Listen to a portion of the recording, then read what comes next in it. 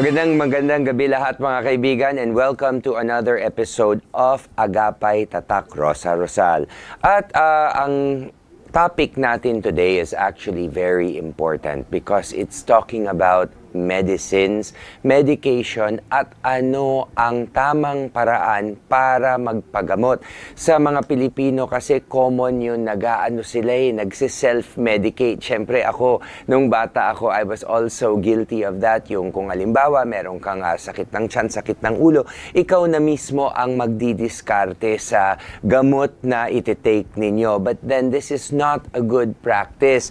So ang makakasama namin today is si Paul Benedict A. Bautista, a registered medical technologist and CEO of Prime Choice Drugstore. Magandang gabi, Paul, at saka thank you very much for joining us today. Good evening po. Okay. Thank you din po. Okay. Paul, yung sa topic natin, no, ang unang-unang, marami kasing mga tao nagtitake lang ng gamot without knowing kung may allergies sila, kung tama ba itong gamot na ito para sa kanila. Ano ang unang-unang pinagbabasihan ng pagtitake ng gamot? Di ba dapat magpa-check up muna, magpa-lab test muna bago para malaman mo kung ano yung talagang mali sa inyong katawan? Okay. Unang-una, kailangan natin magpakonsulta sa doktor. Okay. So this is the first step talaga? Yes, yun ang first step. Sasabihin nila lahat na nararamdaman nila. Then ang second step, magbibigay sila ng mga test, kung ano man test, x-ray ba, laboratory. Then after ng resulta nun, dun palang magre-reseta ang doktor para sakto dun sa mga sakit nila. Kasi ang problem sa mga Pilipino is nagsa-self-medicate sila. Totoo yun, yes. Okay, since we're on the topic of self-medication, how bad is it? Ano ang pwedeng mangyari pagka nagsa-self-medicate tayo? Una, pag nag-self-medicate ang mga tao, hindi natin alam una kung tama ba yung iniinom na gamot nila, pwedeng ma-overdose. So pag na-overdose sila sa gamot, pwedeng masira yung atay nila, which is another complication sa katawan, another gastos na naman, panibagong sakit na naman, magko-continue lang siya and everything else. Lalong-lalo na pagka umabot tayo sa bato or sa kidneys natin, usually pagka meron ng problema sa kidneys, ito ay irreversible already, di ba? Ima-manage na lang natin kung baga. Yes. Okay, so let's backtrack. Like you said, dapat magpakonsulta sa doktor. Usually, bago mag-prescribe ng anything ang doktor, we need to have baseline for our health. So, bakit mahalaga ang pagpapa-laboratory test? Kasi ito talaga ang baseline, tama? Okay. First of all, ang laboratory result, yun yung pinakamata ng doktor sa katawan natin. Okay. Doon nila makikita kung normal levels pa ba ang mga sugar natin, cholesterol, etc. Pag tumaas yun, onte, doon pa lang sila magre-reseta, may problem doon. Yun yung kailangan nilang makita para maayos nila umpisa pa lang. Mas importante, umpisa pa lang, ma-monitor na natin kesa malala na mas mahirap ng gamutin. So, lumalabas uli itong prevention is better than cure kung mape-prevent natin. Okay, eto naman, since nandito na po tayo, ano yung mga common? Kasi ang alam ko dito sa Pilipinas, ang mga lifestyle diseases ang pinaka-importante, di ba? Yan ang talagang problema ng Pinoy, yung cholesterol, yung blood sugar, tapos yung yung high blood. This is the most common, di ba? Yes. Kaya usually pagdating ng 30 years old, talaga siya, advisable na magpa-Magic 12 or Chem 12, kung ano man, para ma-monitor natin lahat. Then, usually, sa mga healthy people naman, kahit once a year lang pwede magpa-laboratory test. Yung annual. Pero kung may nararamdaman na kayo, as much as possible, ASAP na para maagapan. Pero ang most common dyan is CBC, urinalysis, sugar, FBS or HbA1c, cholesterol, etc. Madami, malawak ito talaga. Yung kasi itatanong ko sana yung Magic 12 na yun. So yun ang kasama nun. Yes, yung CBC. May mga package ang hospital, mga clinics, para mas madali ma-monitor and mas mura rin sila kahit papaano. Okay, ano po ang madalas na pagkakamali ng mga pasyente kapag nagpapa-lab test? Okay. Ang most common po dyan is una, over-fasting or under-fasting. Okay, so meron din ganon, over and under fasting. Ano ba ang dapat? Very strict sa time, usually 10 to 12 hours, depende sa testing. Kasi for example, nag-overfast tayo, yung mga resulta natin is sobrang mag-iiba. Bababa or tataas. Kaya very critical yung oras talaga. Kaya ini-inform pa lang, umpisa pa lang na nung kung sino makausap medtech or doktor na ganito yung oras ng fasting talaga. Okay, ano ba talaga ang tama, ilang oras yun? Kung halimbawa, magpapalab test ako ng 7 a.m. in the morning, anong oras ako dapat mag-fasting sa Okay, gabi? kung 7 a.m., usually 9 p.m. pwede ka na mag-last meal. Depende sa test. Per test, halos iba-iba yung parang oras niya. Merong 8 to 10 hours for sugar lang. Merong 10 to 12 hours kung kasama ang cholesterol. Okay. Kung halimbawa lumabas na yung mga lab test natin, no, at saka magpapareseta ang doktor, ang preconceived notion ng mga Pilipino is napakamahal magpagamot. Pero I know that there are options. It need not be super expensive. Tama? So, ano yung mga choices natin? Okay. Unang-una, madami tayong pharmacy ngayon na nag-o-offer ng generic medicines. Under Generics Act, ang mga doktor, pwede silang magsulat ng generic name pero yung brand name hindi advisable. Okay. Binibigyan nila ng option yung mga pasyente para makapamili ng mas cheaper. Okay. Pero same effect lang. Okay, so Same importante yan. Same effect ang generic sa branded, pero yung presyo is malayo. Yes. Kasi, ang generic name, yun yung active ingredient, yun yung nagamot sa sakit. Okay. Yung brand name, yun yung binigay ng company sa gamot para, for example, yung mga sikat na paracetamol, binigyan ng company ng pangalan yun para malaman na sila ang gumawa nun. Okay, so parang may name recall. Yes, which is yun yung, kaya mas mahal is yung mga company is nagbabayad sa mga advertisements. Okay. Yun yung reason, kaya medyo mas mahal sila. Okay, so mga yung ad promotions, marketing, Yes, ganun, yes. kaya sila nagiging mahal.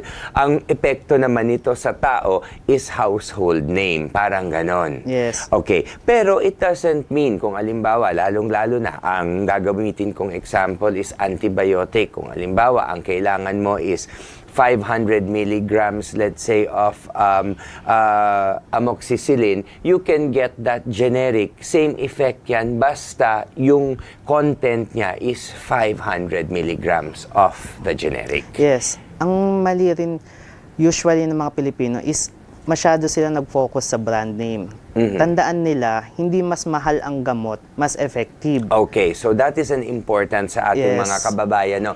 Hindi ibig sabihin na ang mas mahal ay mas effective. Yes. Sa sakit natin ngayon, pare-pares lang ng gamot yan.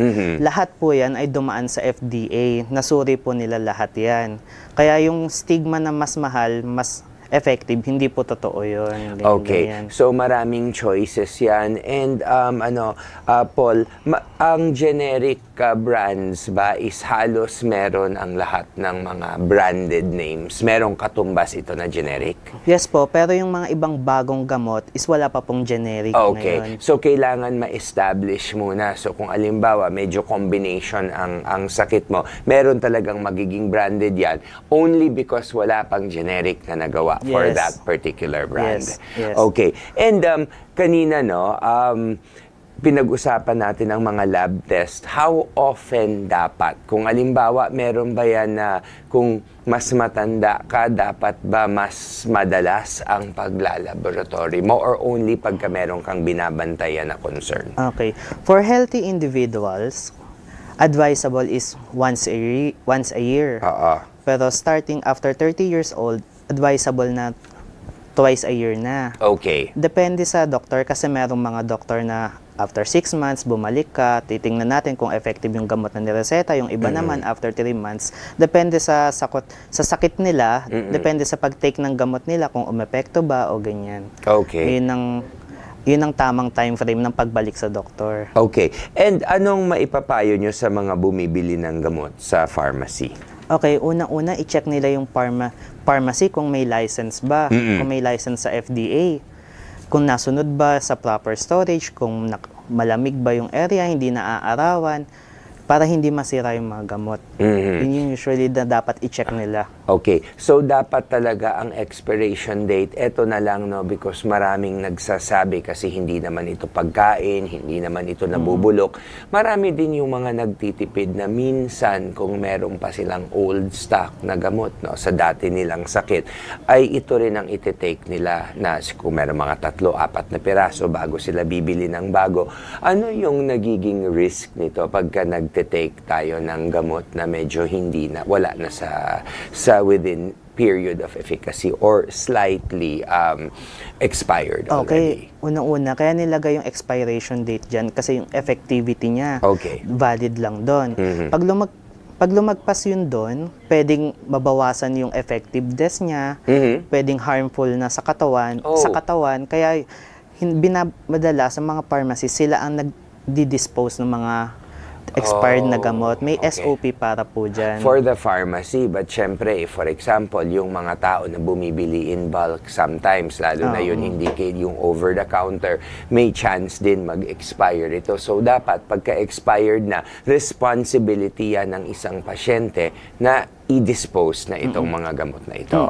At yes, dahil sabi mo, may nabili ng bulk, makakabili lang tayo ng mga prescription drugs kung ilan lang yung nireseta sa atin. Okay, kung alimbawa sinabi number 15 for 7 days, yun lang talaga Yun lang ang i-dispense ni pharmacy. Yes. Okay, so dapat talaga nakabase pa rin sa Sa reseta, sa prescription. okay, and importante ito, no, pagka nagtitake ka ng gamot is kung ano yung riniseta sa'yo, yan yung dapat mong i-take. Kasi may mga iba, kung lalong-lalo na sa antibiotic, pagka maganda na yung pakiramdam ng pasyente, hindi na nila tinitake yung the rest. That's bad, right? That's mali kasi pwede magkaroon ng antibiotic resistance yung katawan. Yes, yes. And common din sa Pilipino na kunwari, uminom ka nito, sasabihin ng kapitbahay, uminom ka nito, ito ginagamit ko. Mali po yun.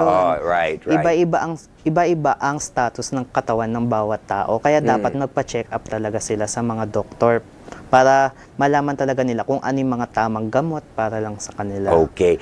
So, ayan, nagbigay na tayo ng overview kung ano ang tama at saka mali sa pagtitake ng gamot at saka kung ano ang guidance natin sa mga laboratory work. So, mamaya pag-uusapan natin the other more intricate parts like yung para bang why there are discrepancies between results of your laboratory, minsan 1 week or 2 weeks lang. So, sa pagbabalik yan ng Agapay, Tatak Rosa Rosal. So, don't go away. We will be right back after these important messages.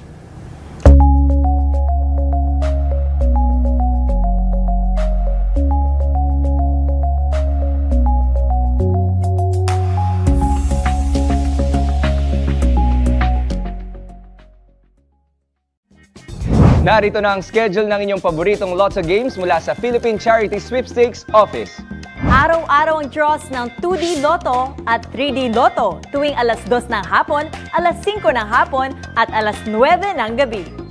At pagsapit ng alas 9 ng gabi, sasamahan pa yan ng Big Time Games. Tuwing Lunes, magpapapremyo rin ang 4D Lotto, Mega Lotto 645 at Grand Lotto 655. Pagdating ng Martes, magdadala ng panalo ang 6D Lotto, Lotto 642, Super Lotto 649 at Ultra Lotto 658. Tuwing Miyerkules, umaarangkada ang papremyo ng 4D Lotto, Mega Lotto 645 at Grand Lotto 655. Pagsapit ng Huwebes, tutok na sa 6D Lotto, Lotto 642 at Super Lotto 649.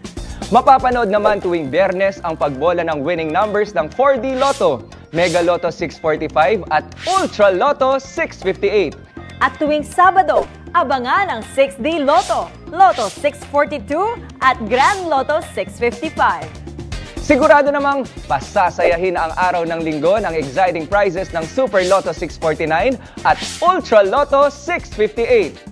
Sali na dahil baka ikaw na ang susunod na mananalo At maging Lotto Milyonaryo. Araw-araw, let's play Lotto! Dito lang yan sa DATV at IBC.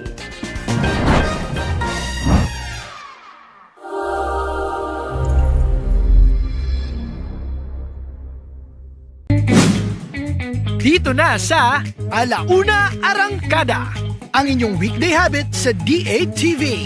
Lunes, ang sabi ng bayan. Para sa akin, yung 6.95 na minimum wage, hindi siya ngayon sasapat para sa bilihin. Yung cost of living kasi ngayon mataas eh.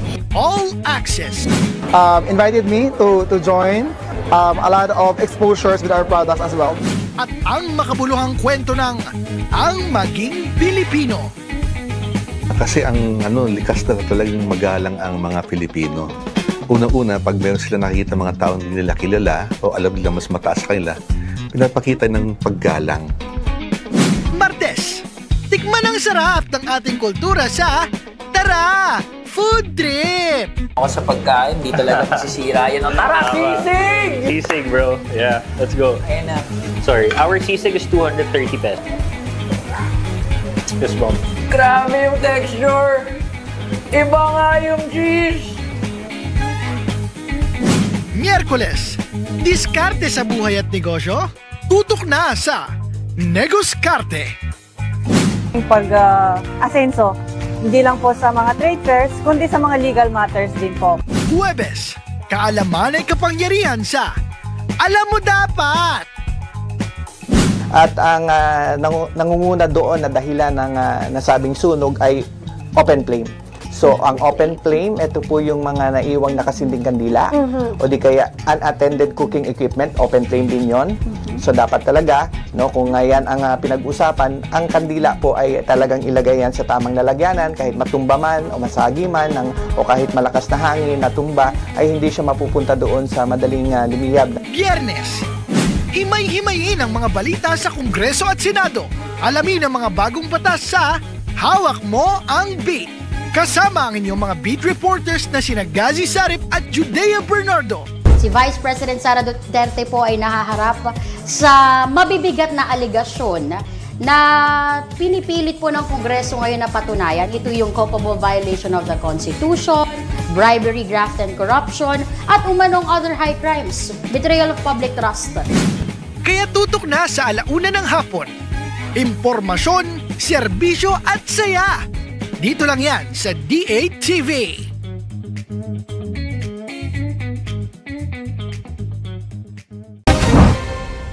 Hi! Ako po si Fiona Gicale. Inaanyayahan ko po kayong manood ng D8 Patrol tuwing Lunes hanggang Biyernes, alas 5:30 ng hapon hanggang alas 6 ng gabi. Tampok ang mga malalaki at pinakamainit na balita sa bawat sulok ng mundo. Lahat ng pangyayari ihatid sa inyo na may malinaw na impormasyon. Dito lamang yan sa D8 Patrol.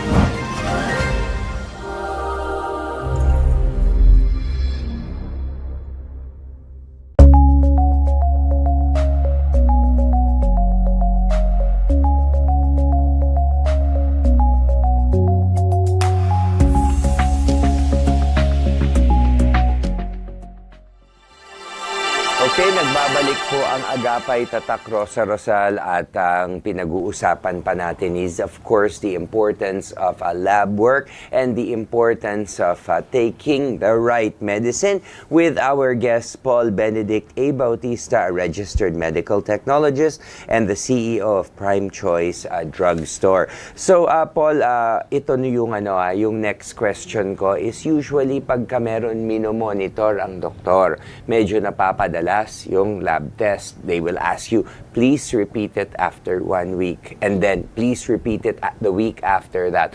Ano yung nagiging reasons bakit nagbabago or bakit pinapamonitor weekly or twice a month ang isang lab test ng pasyente? Bakit nagbabago yung resulta nila is madaming factors. Unang-una, yung stress, yung kinain, tinitingnan rin kung umeffect yung gamot na pinainom sa kanila. Yun yung reason kung bakit minomonitor ng mga doktor yung mga laboratory tests. Okay. Ayun yun. Eto ngayon, pwede ba maging epekto sa resulta natin kung alimbawa ang tao is extremely stressed before the lab test? Like for example, will that affect the blood pressure at all or hindi naman? Okay. So, pwede yun or pwede hindi. Depende sa tao. Okay. Anyway, pwede po bang magpa-lab test na walang reseta ng doktor? Meron po tayong mga test na hindi kailangang reseta, kunwari pregnancy test kung gusto lang nila malaman. Pero importante pa rin po na magpakonsulta tayo sa doktor para alam ng mga pasyente kung anong test mismo yung ipapagawa nila sa laboratory. Okay. Very important po yan. Okay, so it always has to be guided by a doctor. Yes. Okay. Totoo po ba na mas mabagal gumaling kapag generic ang iniinom kumpara sa branded? Although nasagot na natin yan, pero let's be a little bit more comprehensive on it, no? Ang efficacy is the same, tama? Same lang po yan. Dumaan po lahat yan sa FDA. Brand name lang po yung nagkakaiba kasi yun po yung mga pinagkakaiba ng mga kumpanyang nag-manufacture nito. Pero lahat po yan dumaan sa FDA, kaya effective po lahat ng generic po natin. Okay. And ito, no, syempre lalong-lalo na sa pandemic and how para bang society has evolved. Marami nang bumibili online, naghahanap ng mas mura, naghahanap ng kung ano-ano ibang options. So, meron bang difference between buying your medicines online and over the counter? Okay. Yung mga big pharmacies sa Pilipinas is nagsimula na magbenta online. Okay. Chine-check ng pharmacist nila online, pinapasend yung reseta para ma-verify kung peke ba or hindi. Usually, napakalaking tulong nito sa Pilipinas kasi merong mga tao, yung mga kunwari, mga senior na walang kasama sa buhay, imbis na bumiyahe pa sila papunta sa pharmacies, ipapadeliver nilang nila sa bahay, iwas hassle sa pagbiyahe, iwas gasto sa pag-commute, sa safety rin din nila. And also, kung alimbawa yung pinupuntahan yung branch is, for example, walang stock nung gamot na yon, kung online ka kukuha, bahala na yung service provider kung saan branch nila kukunin. Tama? Yes. Okay. And sinasabi nila sa generic, no, going back to generic medicines, meron mga, ano yung naririnig ko, mga brand A, generic brand A kumpara sa brand B, meron bang discrepancy ito? Ano ang main difference nito? Ang difference lang nila is una, itsura, color. Usually yun yung, depende kung paano nag-manufacture yung company pero sa effectiveness, same pa rin po lahat yan. Iisa lang active ingredient niyan, dadaan po yan lahat sa FDA pa rin po. So, effective po rin po lahat yan. So, but then again, you have to follow your doctor's advice. At saka doktor pa rin ang magbibigay niyan. So, definitely, it is, para bang swak yan para sa'yo. Okay, and ano ang mapapayo ninyo sa ating mga kababayan to take better care of their health? Because at the end of the day, we're going back to prevention is better than cure. Ano ang kailangan na bantayan ng isang tao sa kalusugan nila in general? Unang-una, mas mahal po pag nagkasakit tayo. Mas mura kung aagapan po natin to. So, kahit once a year, magpakonsulta po tayo sa mga doktor natin. Sila po ang magsasabi kung may nararamdaman na po ba tayo ulit. Yung mga doktor ang magsasabi kung kailangan ba natin magpa-laboratory test or kailangan natin mag-take ng gamot para in the long run, healthy pa rin po ang status ng katawan po natin. Okay. Ayun po. Okay. Ito, no, malaking problema ito ng mga Pilipino. Maraming natatakot magpa-lab test. Siguro because natatakot silang malaman kung ano yung maaring maging sakit nila. Palaging katwiran ng isang tao ay, wala pa naman akong nararamdaman. Kasi yan ang palagi kong naririnig. Bakit ako magpapa-check up? Bakit ako magpapa-lab test? Wala naman akong nararamdaman. Ano yung nito? And that happens very common. Ano ang nagiging epekto nito? Usually, di ba, the situation is already quite bad when they finally find out. Unang-una, may mga test po kasi na kahit tumaas na onte, wala pa rin po nararamdaman yung mga tao. Ang nangyayari po common na nangyayari sa mga Pilipino, kung kailan malala na, dun pa lang sila magpapa-check up. Which is sana, naagapan natin. Yun yung importante po doon. Okay, so maraming mga sakit na hindi nagpapakita ng simptoma on the early stages. Yes. One of those actually is, for example, kidney problems. No, your values could already be rather weird, or you can have glucose in your urine, but this does not necessarily be associated with pain and stuff like that. Okay, so totoo po ba kapag mataas ang cholesterol or blood sugar sa lab result, direkta nang pwedeng bumili ng gamot sa pharmacy? Hindi pa rin po. Kailangan pa rin po natin magpakonsulta sa doktor. Sila po ang magbibigay ng tamang reseta para sa katawan po natin. Okay, so sila pa rin ang dapat yung para bang the final authority. Sila pa rin. Okay. Paano kung sinabi ng doktor na branded lang ang inumin? Pwede pa rin yan maging pwede pa rin bumili ng generic kung alimbawa ang riniseta ng doktor ay branded? Yes po, under Generic Acts Law, binibigyan po ng option ng mga Pilipino na mamili ng ibang brand Okay. na mas cheaper dun sa branded. Kasi unang-una, sabihin natin yung factor, mahal talaga. Oo. Kaya mayroon tayong batas para makapamili yung mga Pilipino na mas mura at madami pa silang options. Okay. Ayun na. Pero generally, kung halimbawa branded ang binigay sa reseta at bibili ka ng generic, the drugstore will accept this naman. Kailangan may counterpart na generic name. May nakalagay na generic name dun sa Naakma prescription mismo. dun sa prescription. Yes. Kung halimbawa, like katulad ng pinag-uusapan natin kanina, kung nagkataon na yung particular medication na yon ay only available in this brand, walang choice. Opo. Okay, Yun. so kailangan yon. But it's not because of the brand, but it's because the contents of that particular medicine is itong tatak lang ang Meron nagmamanufacture nun. Okay. What about bakit po minsan ayaw ng ibang tao sa generic at mas gusto nila yung branded? Una is yung brand loyalty. Nasanay kasi sila sa mga napapanood sa TV, social media na ito yung may commercial. Kaya akala nila, yun na lang mismo yung brand na meron tayo sa Pilipinas. Okay. Pero madami pa rin pong options. Okay.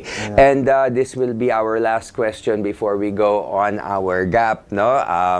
Ano po ba ang pagkakaiba ng generic name sa brand name para hindi malito ang bumibili? Okay. Yung generic name po, yun yung active ingredient ng gamot.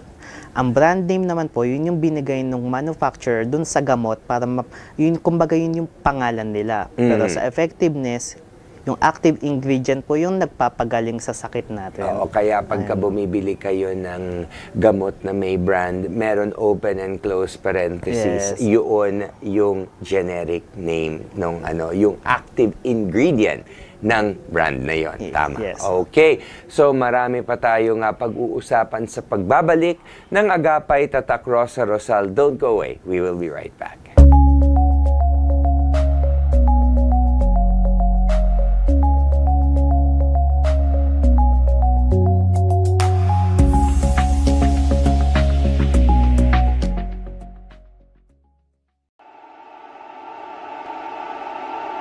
Fall in love with Metro Manila as you walk the cobbled streets of this walled city.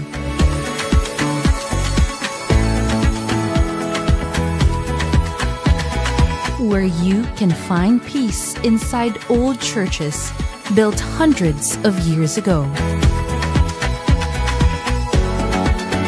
Within the city are refreshing pockets of nature.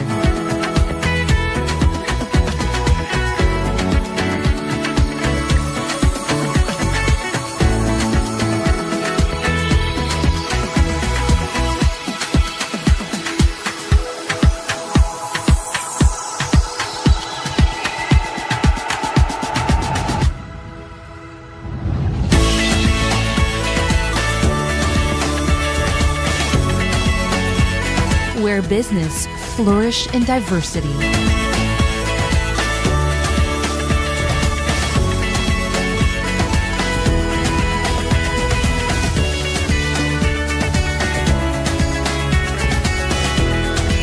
Where new friends meet.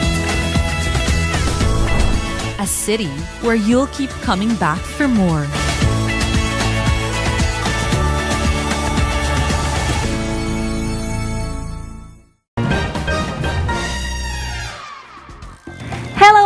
Magandang araw po sa lahat ng ating mga televiewers. I'm Queen Semana from the game show PCSO Lottery Draw or Lotto.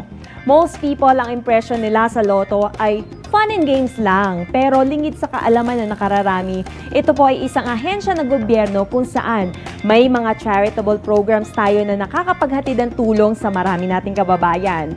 And when you watch PCSO, you are being part of its greater causes. Kaya mapapanood po ito araw-araw every 2, 5 and 9 p.m. sa IBC 13, DATV at syempre kahit sa mga social media accounts.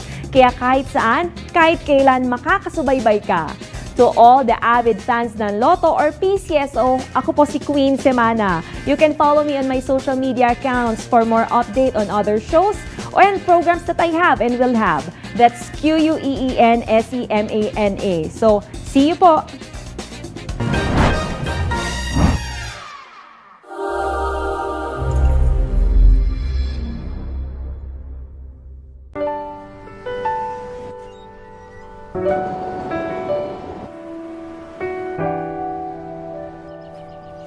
Sometimes in our lives, when things go wrong, we all have sorrow. But if we are wise, I do what's right. We know that there's always tomorrow. I give my best. I keep caring. Lean on me when you're not strong, and I'll be My your friend from the Philippines.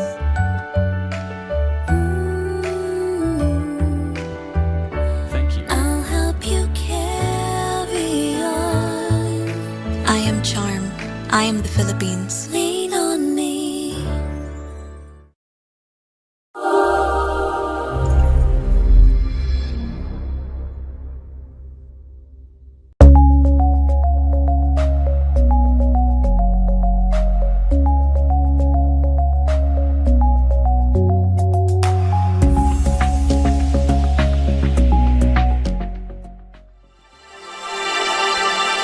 Okay, nagbabalik po ang Agapay Tatak Rosa Rosal and still on the topic of proper medication and proper diagnostics via lab test. So, Paul, pag-usapan naman natin, no, since we're basically have a good understanding of all of these things, pag-usapan naman natin yung ating mga kababayan na, for example, senior citizens na hindi na sila masyado nakakapunta sa ospital.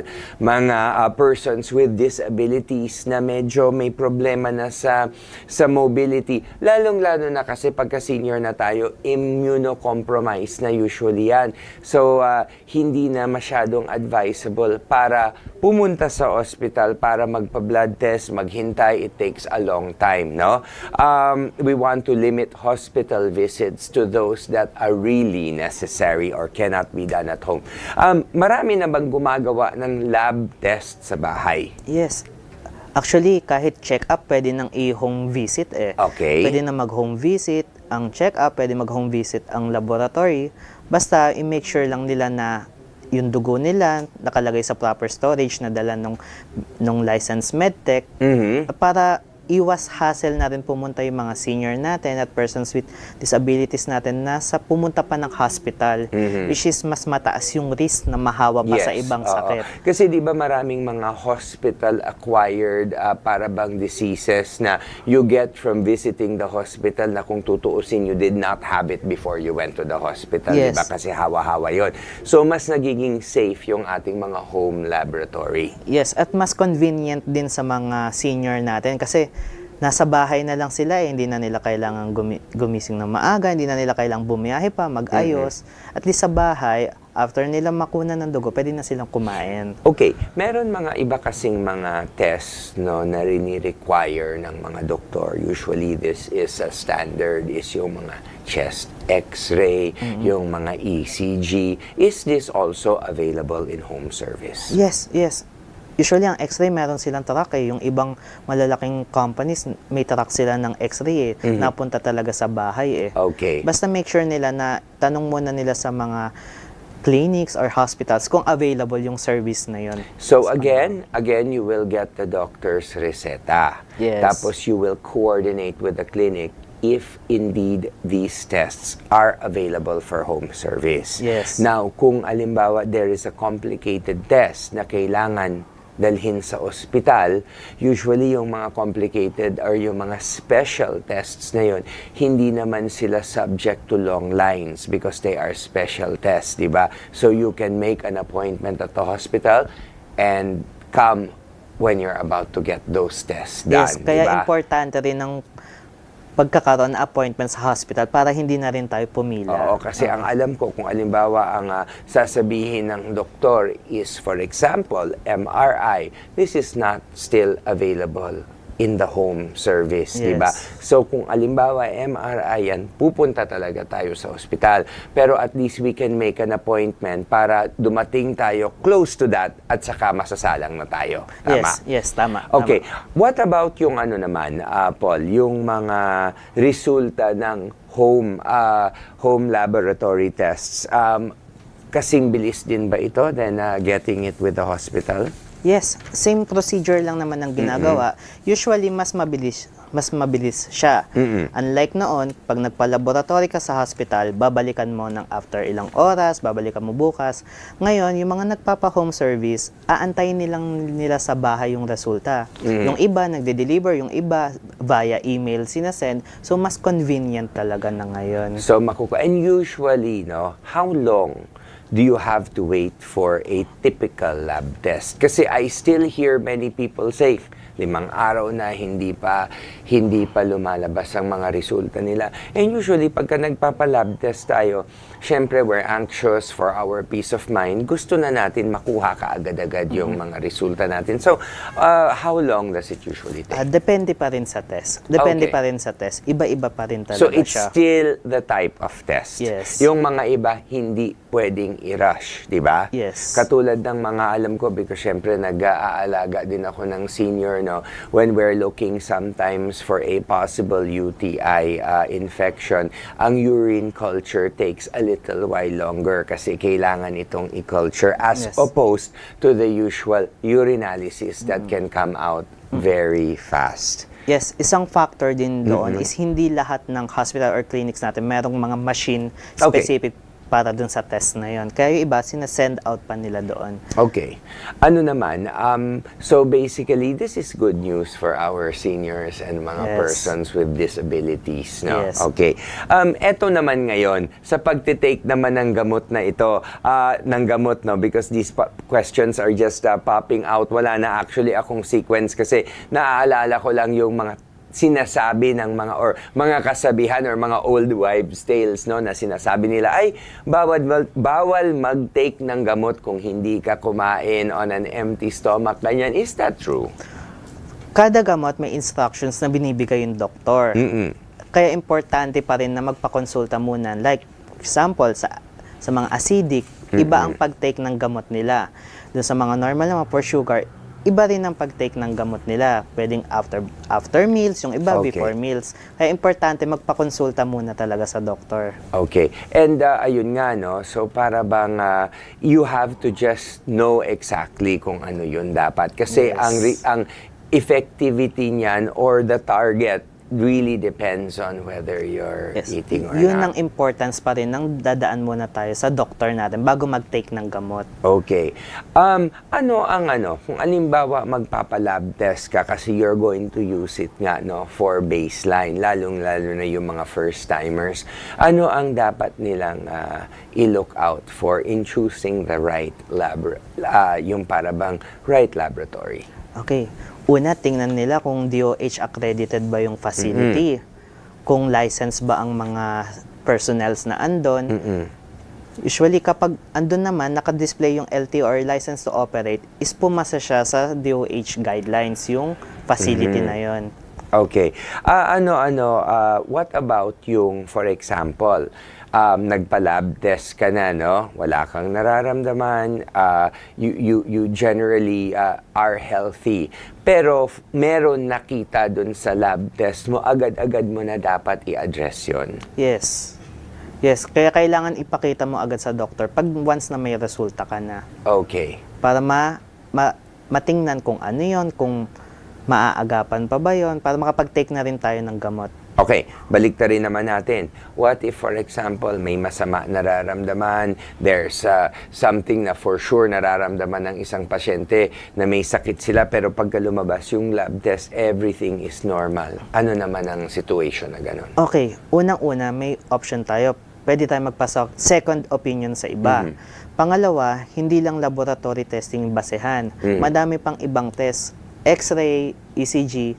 Kaya, pag na-clear na sa laboratory, yung doctor na magde-decide kung anong next step natin para doon. I see, okay. Kaya nga, usually, di ba, pagka meron nakikita, pag-usapan na lang natin yung sarili ko kasi nung may nakita sa irregularity sa ECG ko, they ask me to do a 2D echo because yun ang next step, tama? Yes. After the 2D echo, they still ask me to do a stress test. Yes. So, kumbaga, yun ang mga escalations Yes. depending on kung ano yung nakikita sa test mo. Doon pa lang tayo makakapag-decide kung anong next step natin pag nakita na natin yung mga resulta talaga. Okay. So ngayon naman, Paul, ano ang maipapayo mo, no? Ano ang mapapayo mo sa ating mga kababayan, lalo na yung natatakot magpa-laboratory, yung mga para bang feeling nila na i-inconvenience sila, ayaw nilang pumunta sa clinic, ayaw nilang pumunta sa ospital. Ano ang dapat talaga nilang gawin? Hello po, sa mga kababayan ko po, wag po kayong matatakot magpa-check up sa mga doktor. May mga nag-o-offer na rin po ng mga home service check-up. Kung nahihiya po kayong pumunta sa ospital, may mga home service laboratory na rin po. Para sa kalusugan nyo rin po ito, mas maganda, mas maagapan po natin kung ano po yung mga nararamdaman po ninyo. Bumili lang po kayo ng gamot sa mga FDA licensed na pharmacy para makasiguro pong maayos ang gamot po ninyo. Yun lang po. Okay, yun. So that's basic information, no, na talagang easy lang naman to understand. So thank you very much, Mr. Paul Benedict A. Bautista, registered medical technologist and the CEO of Prime Choice Drugstore. At yan na nga mga kaibigan, na these are the basics, no, before we start getting paranoid or start overthinking about our health concerns. I think it is still really better to consult with a doctor, get the laboratory so you will have a baseline, and wag po kayong matakot kasi sa totoo lang, mas maganda na alam natin yung sitwasyon ng ating katawan kaysa sa nabubulaga tayo or nasusurpresa tayo na medyo seryoso na yung ating condition, and we will need more medical treatment because this will affect our life, the quality of our life, and at the same time, magiging mas mahal ito. And it also feels good to know that there are generic brands that will help, that will also help our pocket. So, until next time, ako po si William Theo sa ngalan ni Rosa Rosal. Nagpapaalam na po, and see you on the next episode of Agapay Tatak Rosa Rosal.